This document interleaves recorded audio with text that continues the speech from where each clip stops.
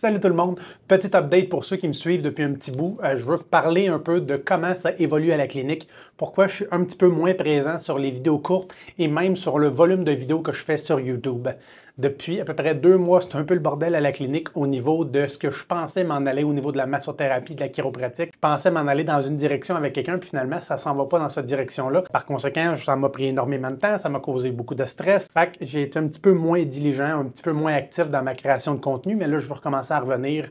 Je vais arrêter aussi de prendre pas mal de scripts. J'ai réalisé que quand je fais des scripts, des fois, ça me donne juste pas envie de faire des vidéos. Pourtant, je connais très bien le sujet que je veux parler, mais on dirait que j'ai l'impression que si je ne fais pas de script, si je ne donne pas un hook impeccable, les gens n'écouteront pas la vidéo. Puis j'ai remarqué à travers le temps que les vidéos qui marchent le mieux, ce n'est pas nécessairement les vidéos qui avaient un script, mais plus les vidéos qui étaient live, notamment la plateforme TikTok et Twitch. Puis ça, je veux aussi en aborder pourquoi je ne suis plus là depuis 1 mois et demi. Avec plein d'uploads de vidéos courtes sur TikTok, il y a comme une vidéo qui a été mal flaguée. C'était comme si je montrais aux gens à fumer du weed. C'était ce que TikTok disait que j'avais enfreint. Puis quand je l'ai contesté pour leur demander de regarder la vidéo encore, ils ont tout de suite enlevé le ban qui avait été mis. Mais ce que ça a fait, c'est que temporairement, j'ai perdu tous mes accès pour la plateforme de streaming sur TikTok. Fait que je ne pouvais plus utiliser ma plateforme pour streamer en même temps sur TikTok, Twitch, YouTube. Fait que c'était un peu gossant parce qu'il aurait fallu que j'aille mon téléphone, il aurait fallu que j'aille l'autre application. Fait que c'était un peu niaiseux. Mais là, comme on perdait ça, ça m'a mis un peu down. Puis en plus, on rentrait dans cet univers-là de la clinique où est-ce que c'est un peu complexe. Ça m'a mis beaucoup de stress. Puis là, j'étais comme, je n'ai pas la tête pantoute à ça. Ce qui est plate, c'est que j'aime tellement répondre aux questions. J'aime ça donner de l'information, mais avec ce qui se passait à la clinique, j'avais pas toute envie de me lancer là-dedans. Deuxièmement aussi, ce qui a fait en sorte que je fais moins de live ou que je dois restructurer mes lives, c'est à cause de la plainte que j'ai eue. Pour les gens qui le savent, j'ai eu une plainte. Je ne sais pas si c'est une personne du public, je ne sais pas si c'est un professionnel, mais il y a quelqu'un qui n'a pas aimé ça, que je jouais à Call of Duty Zombie pendant que je répondais à des questions de santé. L'ordre et le syndic m'ont avisé que dans tout ce que j'ai dit durant mes discussions, c'était super beau, il n'y avait pas de problème.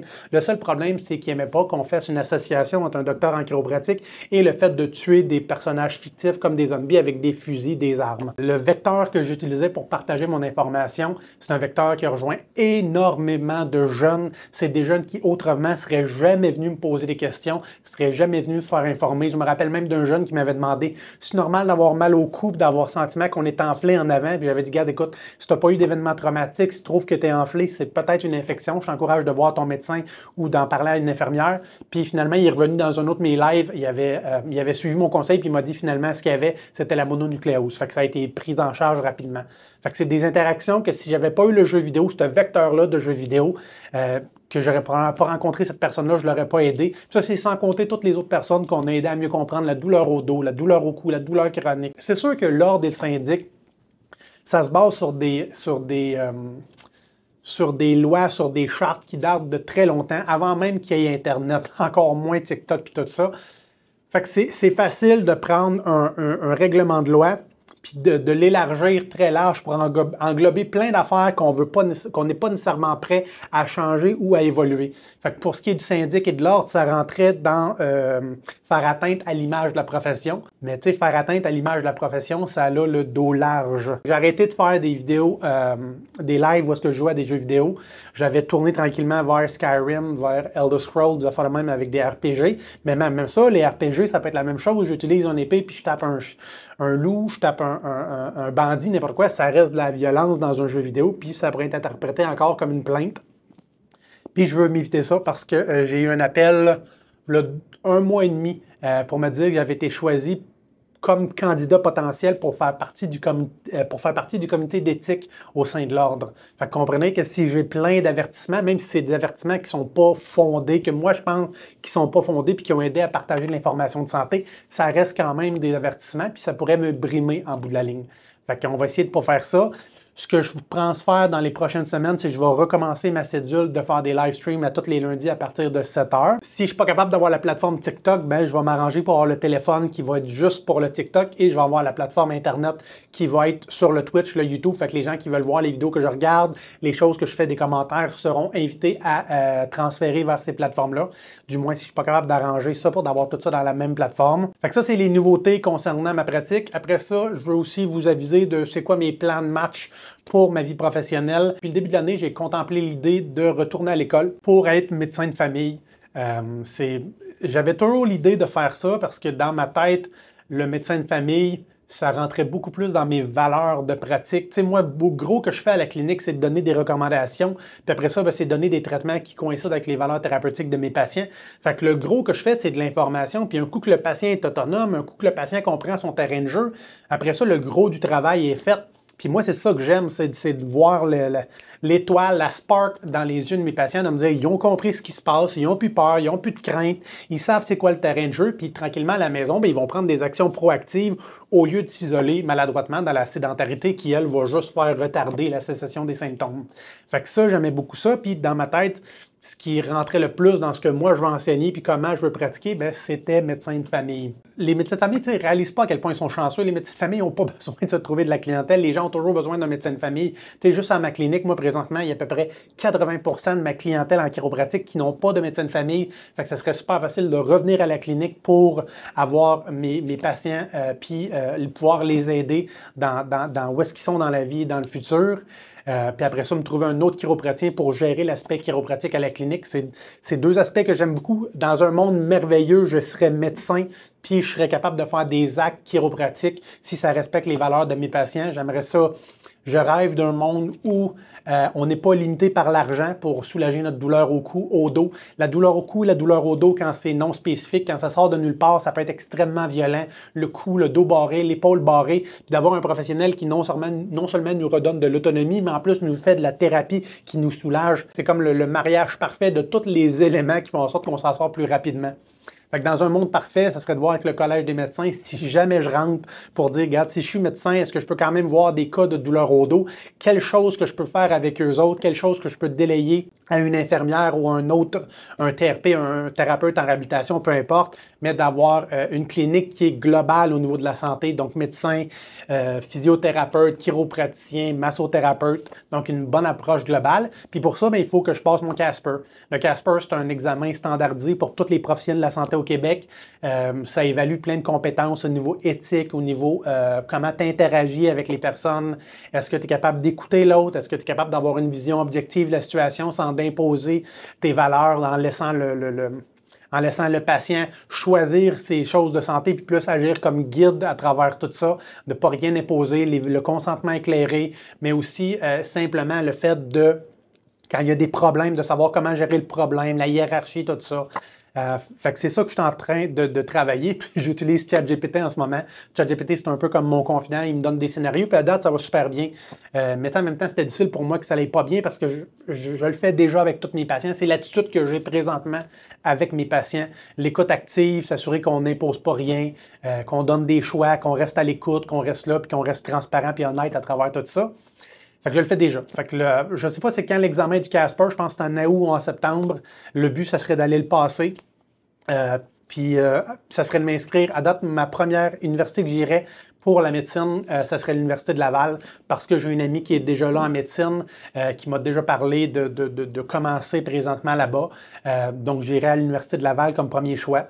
Fait que mon but, ça serait de passer mon Casper. Peut-être rentrer en entrevue. J'ai déjà sorti mes notes des États-Unis. ChatGPT m'a dit que je suis dans la moyenne, fait qu'il faudrait que j'ai un beau Casper pour justifier mon entrée en médecine. Je sais qu'il y a une portion de gens qui vont prendre de professionnels de la santé qui se réorientent. Fait que j'espère que je vais rentrer là-dedans. Après ça, ça serait de passer l'entrevue à Laval, puis essentiellement commencer la session. Je crois que ça va être l'année prochaine, si jamais tout va bien, si jamais ça passe. Pour ce qui est de la clinique, ce que je pense faire, je ne sais pas s'ils créditent beaucoup pour les chiropratiens, je sais qu'ils créditent pour les professionnels de la santé, que ce soit chiro, physio, ergo, tout ça. Fait que de ce que j'ai compris, je devrais être capable de faire les deux, la clinique plus mes 3 premières années en médecine, si j'ai toutes les 3 à faire. Puis après ça, ben, les 2 autres années où est-ce qu'on va être en clinique, tout ça, je vais devoir faire une plus grosse transition vers la médecine que ma pratique de chiropraticien. D'ailleurs, je ne sais pas quand je vais devoir arrêter de pratiquer en tant que chiropraticien.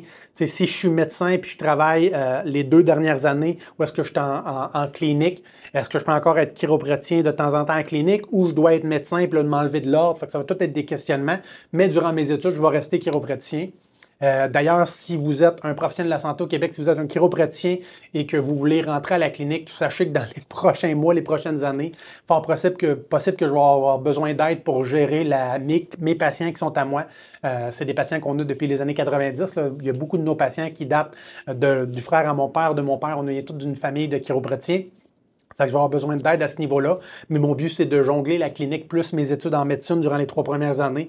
Puis après ça, faire un transfert progressif. C'est pas parce que j'aime pas la chiropratique. J'adore la chiropratique. C'est juste que c'est compliqué. Quand on est un professionnel de la santé, quand on a un établissement de soins, quand on offre un service, la ligne entre le soin et la vente est très mince.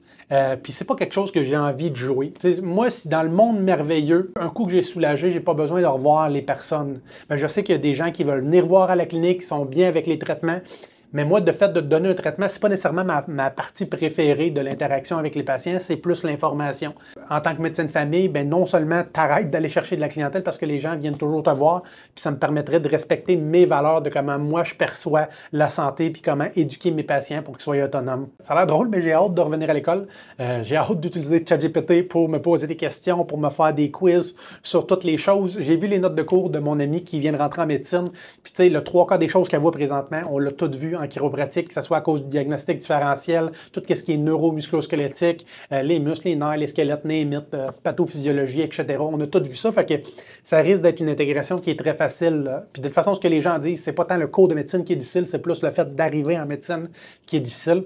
Un autre changement, c'est que là, on est en restructuration à la clinique. On va perdre quelques massothérapeutes à la clinique. On va perdre 2 salles aussi. Fait que si jamais quand vous êtes dans le coin de Montréal, que ce soit sur la Rive-Sud ou que vous voulez déménager dans la région puis vous voulez faire une pratique, on a besoin de 2 professionnels de la santé pour 2 salles distinctes pour rentrer dans notre clinique interdisciplinaire. Fait que si vous êtes un massothérapeute, un physio, un ergo, un psychologue, name it, on a des locales à louer. Fait que je fais le speech là parce que peut-être ça va se rendre puis je vous invite à partager la vidéo. Moi, j'ai trouvé à date 2-3 massothérapeutes qui sont super intéressants. J'en rencontre un autre à soir pour finir l'équipe de la massothérapie, mais je suis pas hors d'idée d'en trouver d'autres si jamais ça fit mieux. Tout ce que je demande des massothérapeutes, c'est d'avoir une belle vision EBP basée sur les meilleures évidences scientifiques, de s'assurer qu'on reste dans nos créneaux, qu'ils ne s'amusent pas à donner de diagnostics ou d'explications farfelues pour rassurer maladroitement un patient, un client.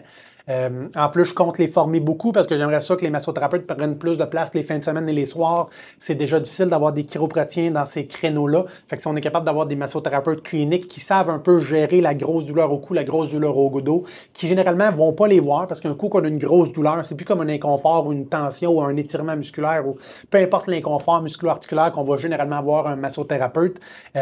Les gros cas de douleur au cou, au dos, quand c'est barré, souvent on se tourne vers la chiropratique ou la physiothérapie. Fait que d'avoir des massothérapeutes qui sont capables de faire autre chose que le massage tout en restant dans leur acte respectif, mais aussi de pouvoir leur dire, regarde, on n'a pas de chiro la fin de semaine, mais on a des massothérapeutes qui sont très bien qualifiés pour gérer la grosse douleur au cou, la grosse douleur au dos.